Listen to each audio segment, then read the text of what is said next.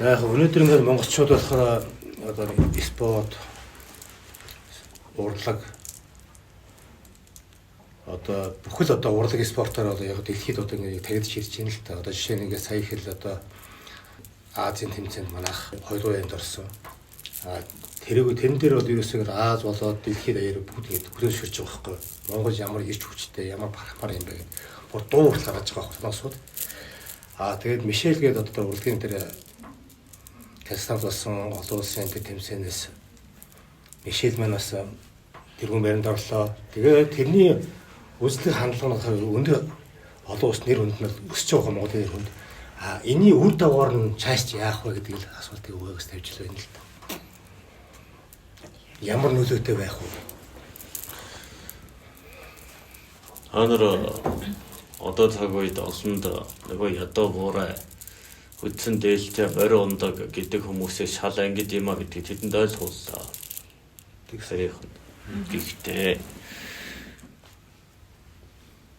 тэд та нарыг яана гэдгийг мэдэж байна.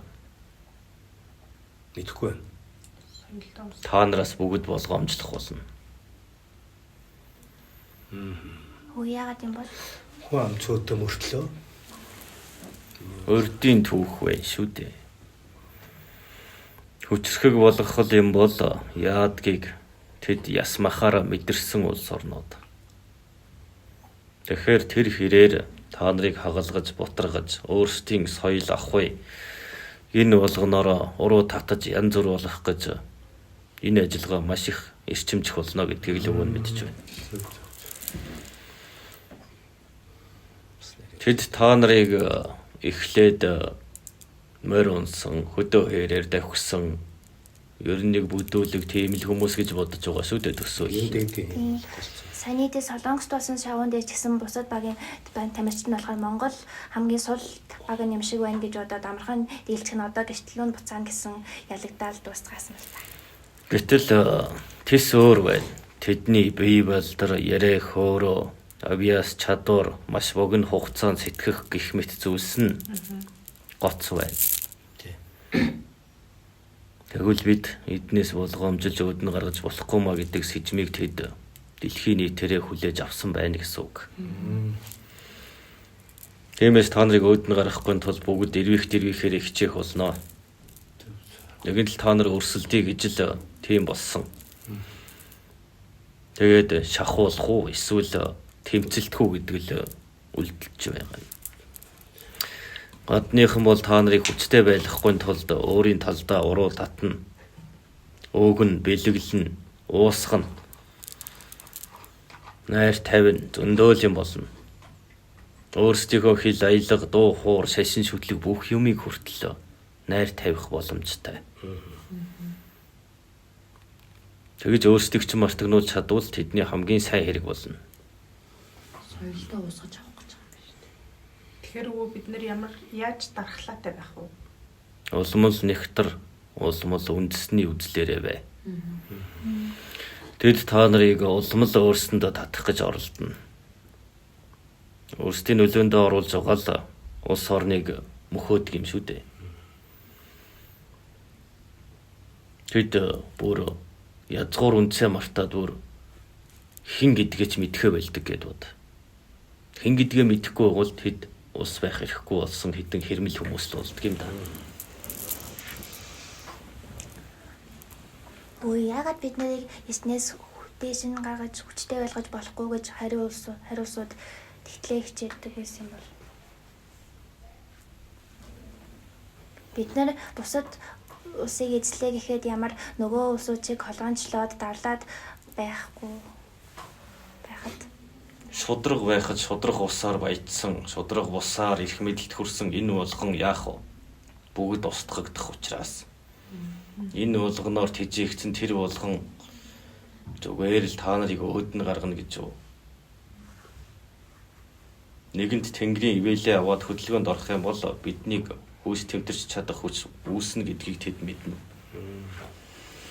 Тэгэхээр яах вэ? Үндэсний гих болгоныг ад шаа болгож инээн дорд үзэж байх хэрэгтэй юм. Одоо та нар Монгол дээл ховцоо бас нэг залуу өрсүүд нь өмсөж байгаа харагдан лээ. Сайн хэрэг. Өхөн 3 жилийн өмнө гэхэд л улаач нийтийн дунд нэг дээл ховцоо өмслөө.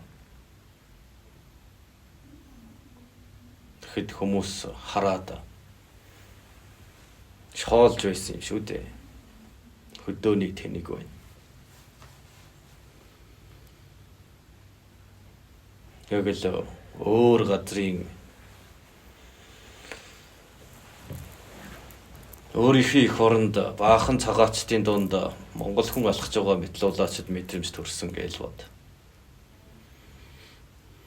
Энэ дээр нэмээд хүүгээ Монгол дээлээ өмсөө гэхэд нь хүү нь уйлж орж ирж байгаа.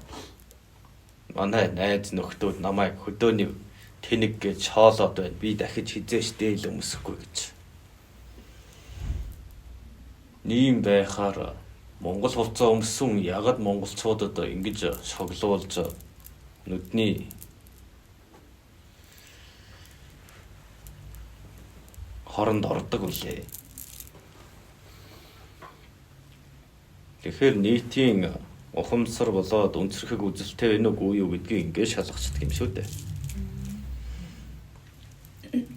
Тэдний хувьд тэр харийн хаан тэр соёл болгосон гутал хувцас нөгөө чамин тансаг тэрийг хэрглэж байна. Гэлээгээд яс үндэс нь барилахгүй. Гэхдээ оюун бодол нь үнэхээр эд зүйл харийн юмыг шүтээд байвал тэд яах вэ? Харь дуусна. Монгол хүн шиг байж чадхаа боллоо шүү дээ. Үндсийн дархлаагаа авдаг. Монгол гэдэг байхгүй болмоо гэсэн үг.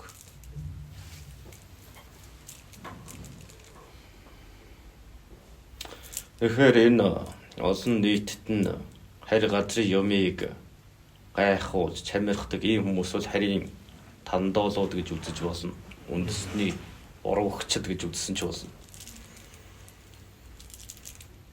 Та нарт тэд нөлөөлж байна, тийм юм идэж хэрэгэл, тэднийх гоё, ийм, тийм гэж чамирхаж гайхуулж байна. Та нар бас тиймтэй болохыг барьцсан, хүссэн. Ингэж явсаар яах вэ? Монгол хувцаа наадмаар цагаан сар хоёроор л нэг өмсдөг боллоо. Энэ бол гутам шиг юм шүү. Ёс төдийл ингэж яваад байвал улс чинь ч бас нэр төдийл байх болно. Харин одоо залуу өрсүүд бас язгуур үүтгэлээ ойлгоод бусад улс орнууд хизээш нэгнийгээ дахан дуурайж хөгждөггүй юм байна гэдгийг ерөнхийд нь ойлгосон байх гэж бодож байна. Ойлгосоо. Хөгжиж гэж байгаа бол ямагт үндэстний үзэл үндэстний юм хэрэгэлдэг үнэнч байх ёстой юм. Чигээр зоч нөө. Нөгөө социализмын 70 жилд нөгөө Оросуудын суртал ухуулга маш хүчтэй байсан. Тэгээд тэр үеэр ерөөсөө Монголын үндэсний гэсэн бүх юмнуудыг ер нь арчиж хаяхыг нэлээд зорж исэн. Жишээ нь Чингис хааны Мендэсний 800 жилийн 1962 онд болоод тэгээд Төмөр очир гэдэг хүн тэмдэглээд тийм хөшөөгийн байрыг чимэглэл гаргая гэдэг санал тавьсан чинь үндэсрэх үзэл гаргалаа гэд хэлмэгдүүлээд ялгаа ночж байгаа юм л та. Тэгээд бас ер нь тухайн үеийн хүүхдүүдэд Чингис хааны үеийн ер нь Монгол баатруудын үеийн тийм баатарлаг түүхүүдийг орохыг хатуу хоригдж цэрэлдэг. Тэгээд урсгыг ч хоригддаг байсан болохоор тэгээд одоо мэдлэг маш муу байгаад байгаа маа. Тэр үеийг бас нэг талаас нь хар. Нөгөө талаас нь бас хар. Нөгөө талаасаа харвал Оросууд ингээд соёл бусад улсуудын хаана юу хөгжиж байгаа тиймэрхүү юмнуудыг ингээд Монголд нэвтрүүлээд арай хөгжингөө болгосон гэдэгт нь өвөө эмээнээр маш талархууштай ханддаг. Тэгээд ер нь бас Япончууд автуулахад Оросууд монголчуудыг хамгаалж талтан зогссон. Тэгээд тусгаар тогтнолыг нь тогтноход нь Сталин том үүрэг гүйцэтгсэн гэд Оросуудад маш талархдаг юм. Аль нь зөв.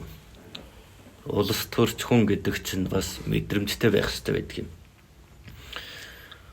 Хэрвээ тийм зүйл байлаа гэхэд за тэгвэл монголчууд хизээ олон улсад хүлээн зөвшөөрөгдсөн юм. 1945 онд Сталин Англи, Америк хоёрт санал болзол тавиад хэрвээ та хоёр ингүүл Монголын тусгай тогтнолыг зөвшөөрвөл би та хоёрт тийм юм хийж өгнө гэд тиймэрхүү болзол тавихад нөгөө хамгийн том гэж тооцогддог хоёр улсын ерөнхийлөгчид зөвшөөрөнгүүд бусад улсууд айжамдаа зөвшөөрөөд явчихсан. За дараа нь бид нэгдсэн үндэсний байгууллагад 62 онд хизээ илсэн юм бэ? 1962 онд 62 онд Нэгдсэн үндэсний байгууллагад ирсэн. Тэгвэл тэр үед Чингис хаан гэдэг үзлээ барьсан бол яах вэ? Олон улсын дургуйг хүргэн.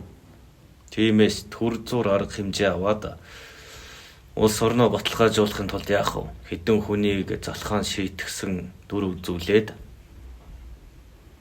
олон улс газарт хүлээн зөвшөөрөгдсөн дээр гэж бодчихгүй юу? Тийм бэ.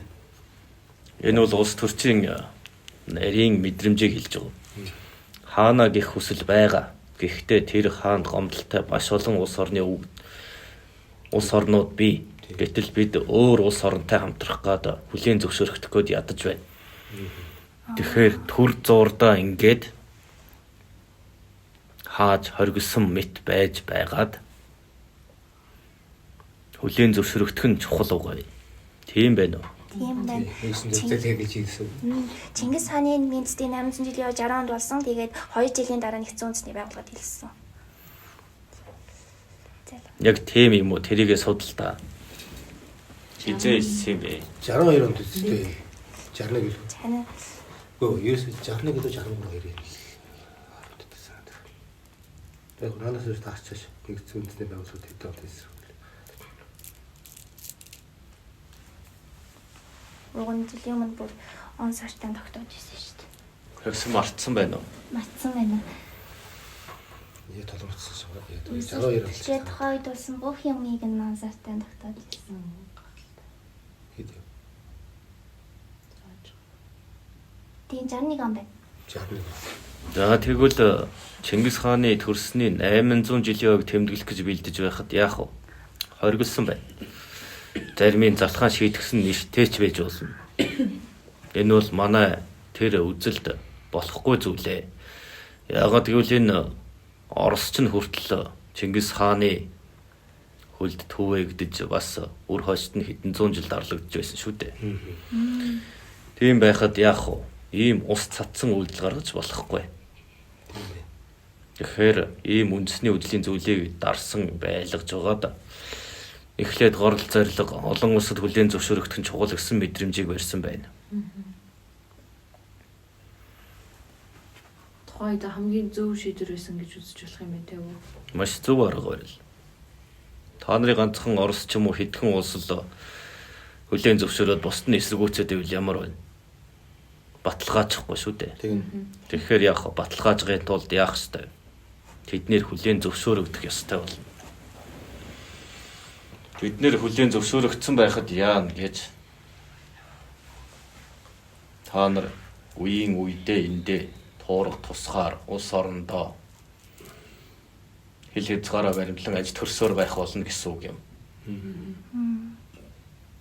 Энэ байдлыг хэрв асуудал үүсвэл өнөө хүлээн зөвшөөрсөн улсуудад давхар хамгаалахад тусална гэсэн утгатай.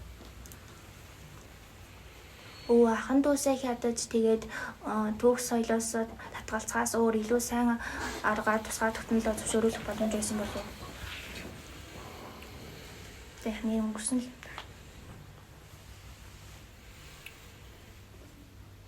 Энэ ганцхан монголчууд өөрсдөө хятаагүй.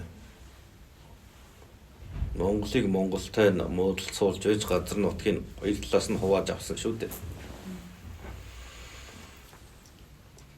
Орос хятад ч жашгаа хүртсэн монголчууд ч бас туурах тусгаар болсон.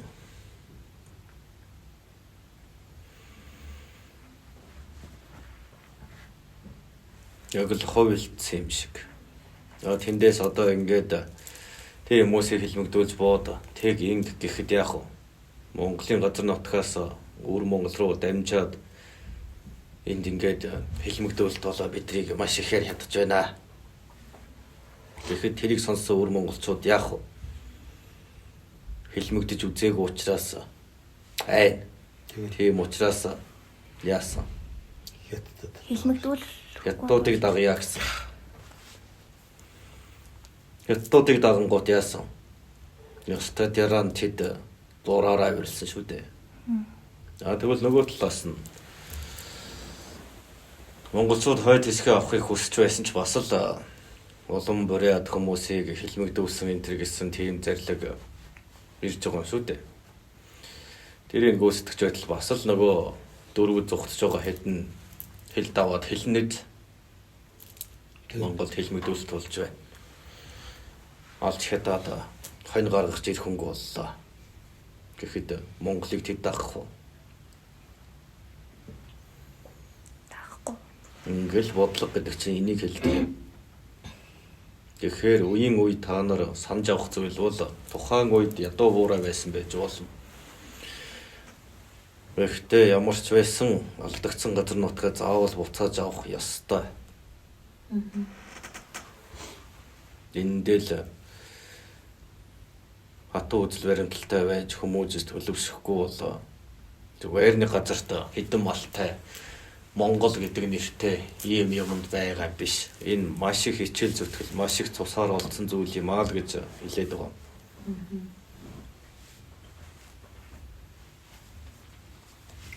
Тэгээ өөрсдөө тийм юм а бүтээж үзээгүй хүмүүс бэлэн юм дээр байхаар улс газраараа тоглолгүй яах вэ дээ.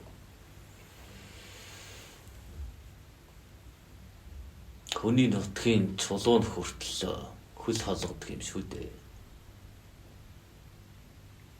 Хүний юм хүний хөл байдаг гэж мэдэх үү? Мэднэ. Тэчнээ соёлын дагаж тэнд аж төрсөн ч тэгдэж тэдний нэг болж чадахгүй. Нар нүртлөө хүйтэн санагддаг шүү дээ. За тэгвэл тийм байжээ. Үзэл гэдэг зүйл нь өөрсдийнхөө хүчээр үндэсний үзлэр улс хөгжсөн байдаг юм байна. За жишээ болгох ямар улс байна хөгжсөн? Солонгос байж болж байна. Хятад, Япон. Япон, Хятад. Ер нь Азийн орнууд бол ер нь Зүүн Азийн орнууд бол Америк, За Швед.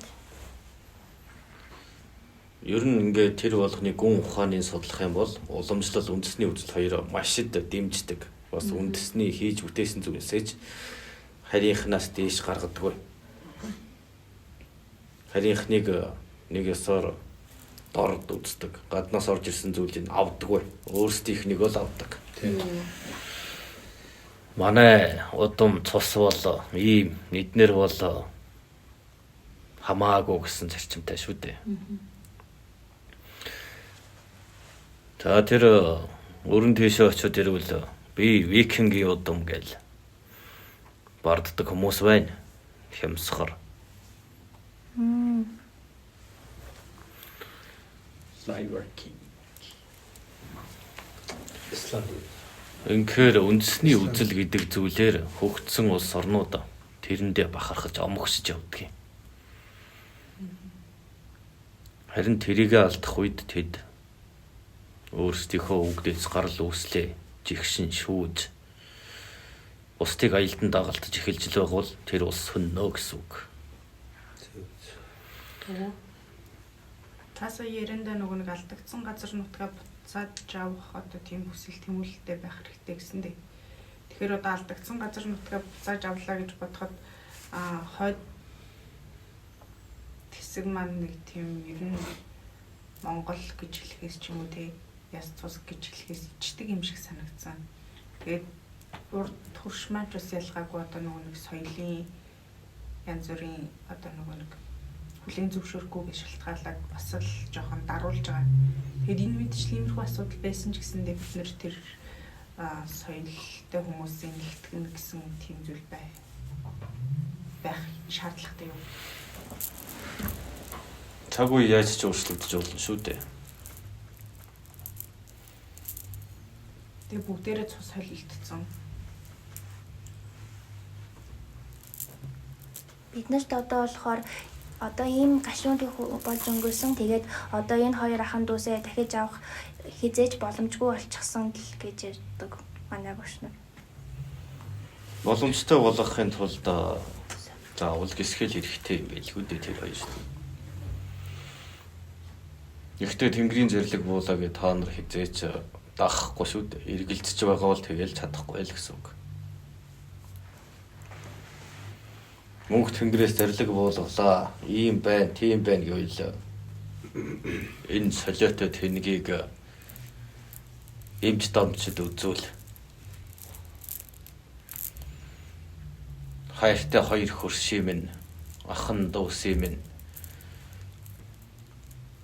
найрамдалт харилцаанд гай авчруулсан энэ төр гэдэл хулцгарууд нь тэгжил таараа.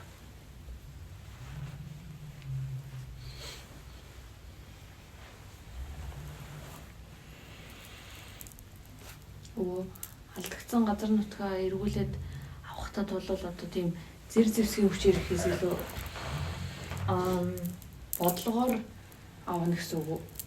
Эргүүлээд хүчтэй болоод тэгээд Та нар дэндүү их тооноос сүрдээд байна.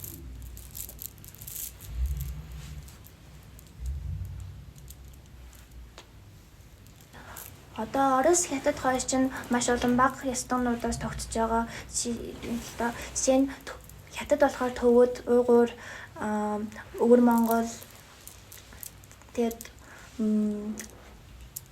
жаахан солонгосчууд тэгээд Орос, татар маш олон багаас эдгээр бүгдээрээ тусгай тогтнолоо зарлчих бол манай өвөр Монголоо буцааж авахд ашигтай гэж болох юм болов уу? Тэгээд бас Хонконг, Тайван гэдэг харлын. Харин тийм учраас л Орос нь Оростойгоо байлдаад Хятад нь Хятадтайгаа байлдах гэдэг шүү дээ. Энийг бас цаанаас нь амж дэвэр гэдэг нь ч байна, бас саад хийдэг нь ч байна.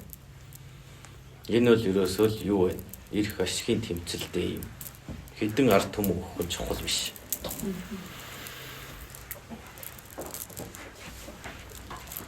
Мөн үүнээр маш их ашиг болж болно гэсэн асуудал юм. Тэгэхээр яах вэ гэхээр та нар өөрсдөө л дор бүрнээ маш сайн нэгдэж, нягтарж, бэлтгэлтэй байхад болно.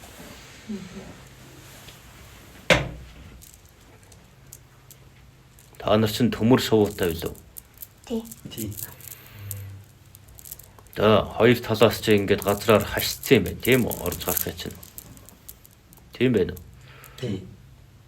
Тэгвэл төмөр шуугаа нисгээл ийш тийшээ юм хүм оруулж гаргаж боломжтой юм байна шүү дээ. Гэхдээ харь улсууд гэсэн бас адилхан төмөр шувуугаараа бас манай төмөр шувуунуудыг хязгаарыг орон зайдаас хязгаарлаж чадах байхгүй юу? Угаасаа тэгтий өгөө.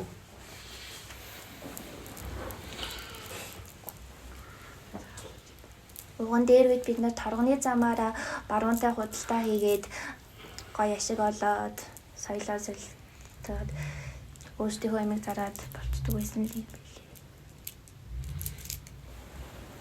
Тийм байж болно. Эд юмыг авчирч болохгүй болоо. Оюун ухаанд хүмүүсээ илгээхгүй юу? Янз бүрийн чиглэлээр сурга. Тэгээд буцаагаад аваад ир. Энэ газар доорчин тэр алт төмөр юу вэ? Бүх эдлэл хэрэглэл юмнууд чинь бэлнээрээ байна. Оргуу хоосон газар биш шүү дээ.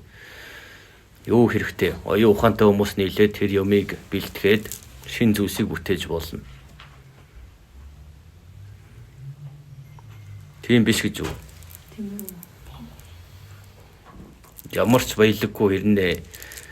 Хөрөнгөж баяцсан усууд зөндөө л байна. Гэтэл энд хамаг хөрөнгө юм нь газар доор нь бэлэн байна.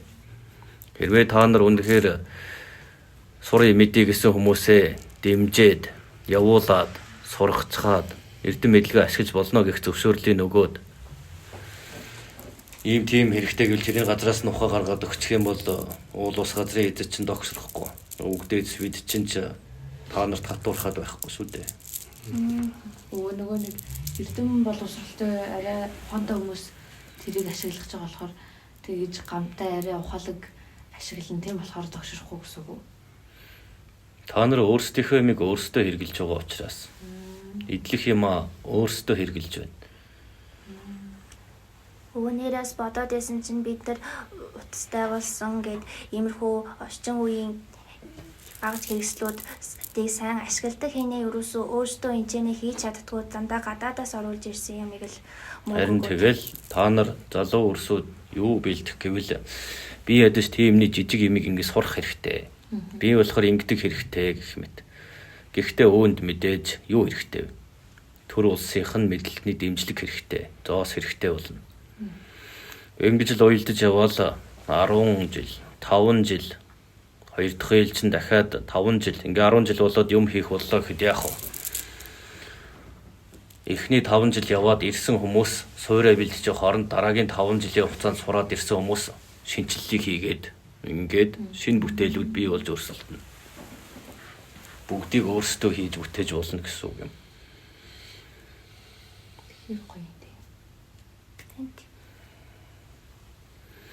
Хэрвээ та нарыг тэгж дэмжвэл та нар энэ орондоо ёстой дуртай болгоно зохион бүтээх байлгүй дээ. Тийм биш гэж үү? Тийм.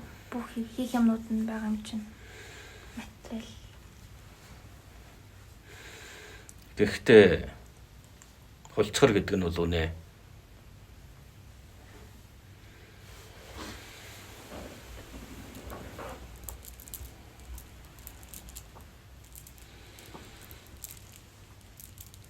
Зоригтой шудраг байна гэдэг маш олон аюул, маш олон дайсан бэлддэг юм шүү дээ.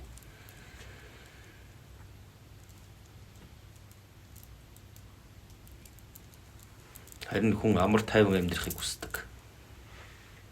Одоо амар тайван байхыг хүсээд чимээгүй байсан ард түмнүүдийг та нар хар.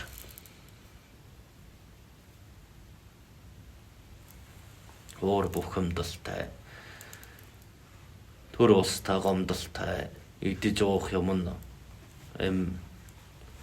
хүнсэнд нь хүрэлцдэггүй. Үг хэлж хэлэх эрх чөлөөгүй. Цаг нөхцөөсөн. Ийм л болгодог юм байна. Дээр нь өнөө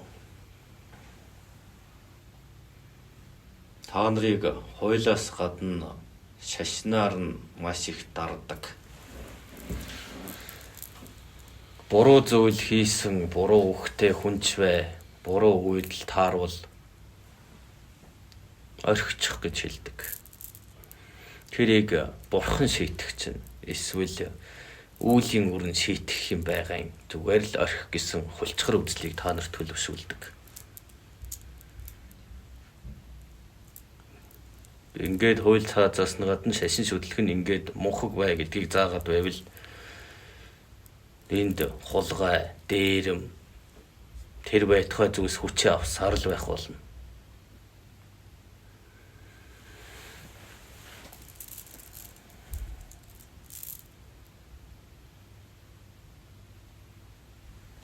Нөгөө тэр шудраг бус зүйлтэй ингээд таарлаа гэж бодоход тэрийг тэр дор нь арга хэмжээ аваад тэгвэл арай цэвэрхэн байх хэрэгтэй үстэй тий. Тийм байдаг байсан. Харин наад шашин шүтлэгч нь нүгэл болно. Юу гэдэг вүлээ. Бурхан цаагуур нь шийтгэчих юм байгаа. Чи зүгээр олон долоо юм боллгүй. Гэгэрхэл бод гэж заадаг шүү дээ. Үүлийн үрийг гэж ихээр. Тэгвэл энэ үүлийн үрээ идэх ёстой ноёд дэцүү чинь улмал баяжаал байдаг. Оронд нь та нар улмал үүлийн үрийг үүрээд байгаа юм биш үү? Ийм юм яг байдсан болов? Үлийн үр гэж үү? Тийм. Үлийн үр гэдэг чинь та ядуустал үйлчилдэг үг. Ойлгосноо? Тэр төрийн ирэх барьсан, зал хэрэгэлсэн, газар шороо зарж хөрөнгөцсөн тэдэнд үлийн үр үйлчилдэггүй байх нэ дээ. Тэр зүйл зөвхөн ядуустал үйлчилдэг. Тэгэхээр ойлгомжтой байна. Хөө тэгээд уг нь үлийн үр хаалга андуурдаггүй гэж ярьдаг хийнэ тэр томчууд нь яаж энэс бултаад байгаа юм бол. Тэр хоёр бол хамтрагч учраас л тэр. Та нарыг зүгээр л төөрөгдүүлэл. Та нарыг хүлцэн дэвчгэд сургасан. Ихтэй одоо залуу өрсүүдийн бурхны шүтлэг интерес зайгаа барьж жирэхж байгаа нь харагдаж байгаа байлгүй. Тийм. Хангалттай л дарлуулснаа тэд мэднэ. Тэгэхээр ядуус зориулсан байна үлийн үр гэдэг чинь. Үнэхээр тийм хаалга андардгүйсэн л одоо энэ төрийн их идэж уусан баяд ноёд чинь хизээний зайлсан байх хэвээр. Зайлаагүй л байгаа. Тэгэхээр эн чинь худлаа байна гэсэн үг. Та нарын нийтийн шүтж байгаа зүйл бол худал хоормог юм байна гэж дүгнж болно. Үнэн зүйлийг л итгэл үнэмшил гэдэг үстэй. Тэр Тэгэхээр яаж вэ? Худал нь ойлгомжтой. Буруу хэрэг хийсэн хүн энэ ч тэр юмараа шийтгэхгүй жаргаал яваад байгаа зүүн дөрөв юм байна.